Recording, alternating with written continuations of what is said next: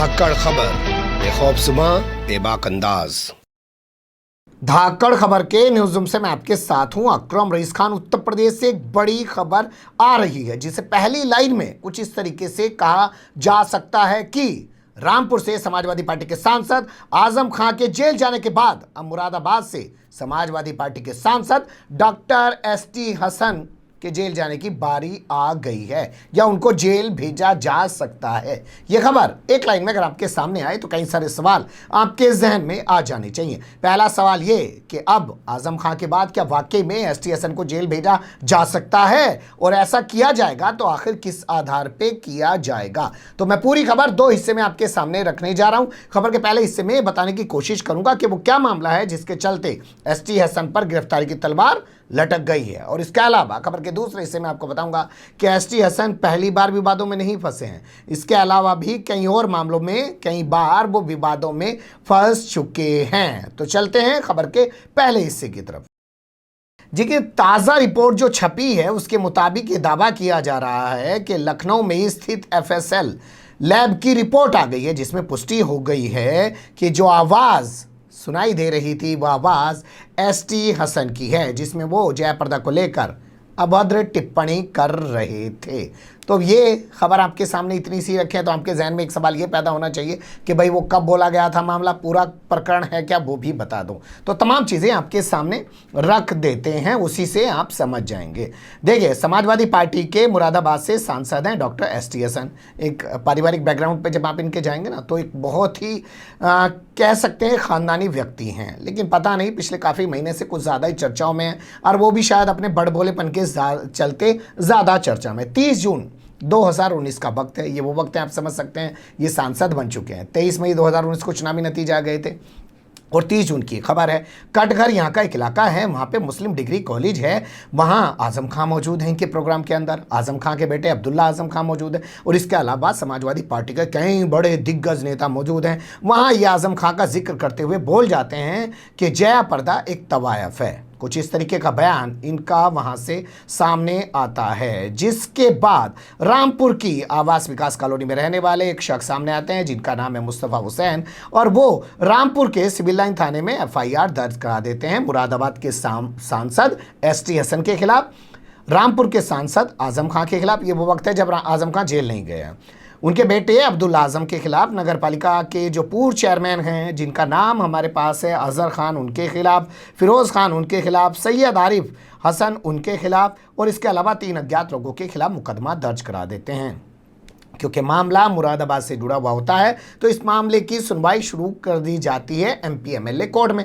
आप जानते हैं सुप्रीम कोर्ट के आदेश पर हर जिले के अंदर एक विशेष अदालत बनाई गई है जहां पर एमपी एमएलए यानी कि आपके सांसद और विधायकों से जुड़े हुए मामलों की सुनवाई होगी। तो उसी अदालत में मामला चल रहा है। अब वहाँ पर जब ऑडियो पेश किया जाता है, जब वो क्लिप पेश की जाती है जिसमें वो तवायफ कह रहे हैं, तो उसको चैलेंज किया जाता है। फिर उसके बाद वो फॉरेंसिक जाँच के लिए भेजी जाती है लखनऊ। अब दावा किया जा रहा है जो अखबार में छपा है कि आईओ के पास अब वो जांच रिपोर्ट आ चुकी है, और उस जांच रिपोर्ट में पुष्टि हो चुकी है कि वह आवाज़ असल में एसटी हसन की ही है, और बाकी तमाम जो लोग हैं वो आजम खां वगैरह उसमें मौजूद हैं। तो अब एसटी हसन को 20 सितंबर को कोर्ट में हाजिर होने के लिए कहा गया, यानी कि अदालत उस दिन अपना कोई फैसला सुना सकती है। ये मुकदमा कैसे आगे चलेगा या कोई और तमाम चीज़ें जो हैं सज़ा के तौर पे कुछ हो सकता है क्या, वो जो भी होगा 20 सितंबर को सामने आएगा। यही नहीं, कहा जा रहा है कि सीतापुर की जेल को भी एक नोटिस भेजा जा रहा है ताकि आजम खां को भी 20 सितंबर को यहाँ हाजिर कराया जाए। अब फिजिकली यहाँ पर हाजिर कराया जाएगा कि वर्चुअली यहाँ पर हाजिर कराया जाएगा,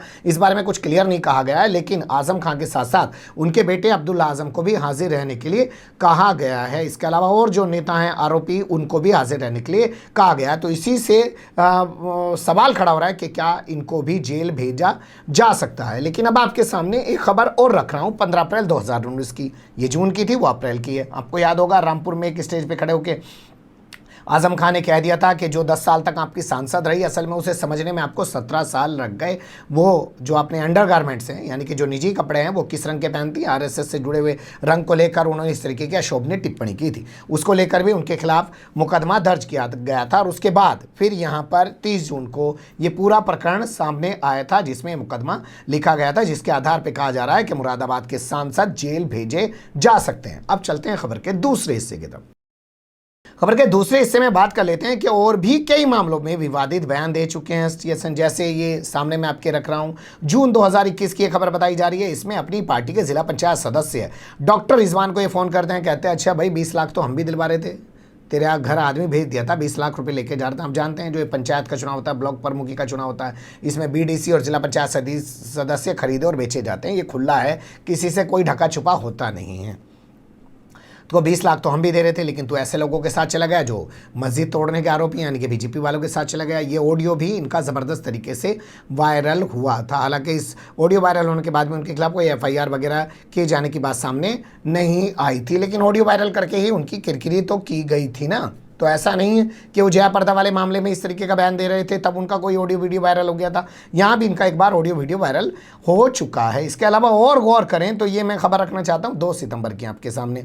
तालिबान को लेकर इन्होंने कहा कि एकदम से तालिबान को आतंकवादी कहना ठीक नहीं है, क्योंकि हम देख रहे हैं कि दोहा में भारत के जो राजदूत हैं दीपक मित्तल, वो शेर मोहम्मद अब्बास, आप जानती है शेर मोहम्मद अब्बास एक बड़े नेता हैं तालिबान के, उनसे बात कर रहे हैं। तो ऐसे में यहाँ जो हंगामा मचा रखा है पूरे देश के अंदर के तालिबानी आतंकवादी हैं, ये हैं वो हैं, ये सब चीज़ें नहीं होनी चाहिए थी। इस बयान को लेकर भी इनकी काफ़ी आलोचना हुई थी, इनको अच्छे से क्रिटिसाइज किया गया था। इसके अलावा एक खबर और मैं आपके सामने रख रहा हूँ, ये 10 सितंबर की अभी हाल फिलहाल की है। ओबीसी को लेकर इन्होंने कह दिया कि ओबीसी जो है मुस्लिमों का वोट काटने के लिए उत्तर प्रदेश में आए हैं। ये वो वक्त था जब मायावती ने कहा कि मुख्तार अंसारी को टिकट नहीं देंगे, तो असदुद्दीन ओवैसी के जो प्रवक्ता हैं पार्टी के, उन्होंने कह दिया भैया यहाँ पे आ जाओ, हम टिकट दे देंगे। क्योंकि उससे पहले आपने देखा होगा कि अतीक अहमद के परिवार के लोगों को ओवैसी की पार्टी में शामिल कराया गया था ओवैसी की मौजूदगी में। तो उसी पर इन्होंने अपना रिएक्शन दे दिया और इन्होंने बता दिया कि ये असल में वोट काटने के लिए आए हैं। तो लंबा इनका इतिहास रहा है विवादित बयान देने का। इसके अलावा कई और भी चीज़ें इनकी लगातार वायरल होती रहती हैं,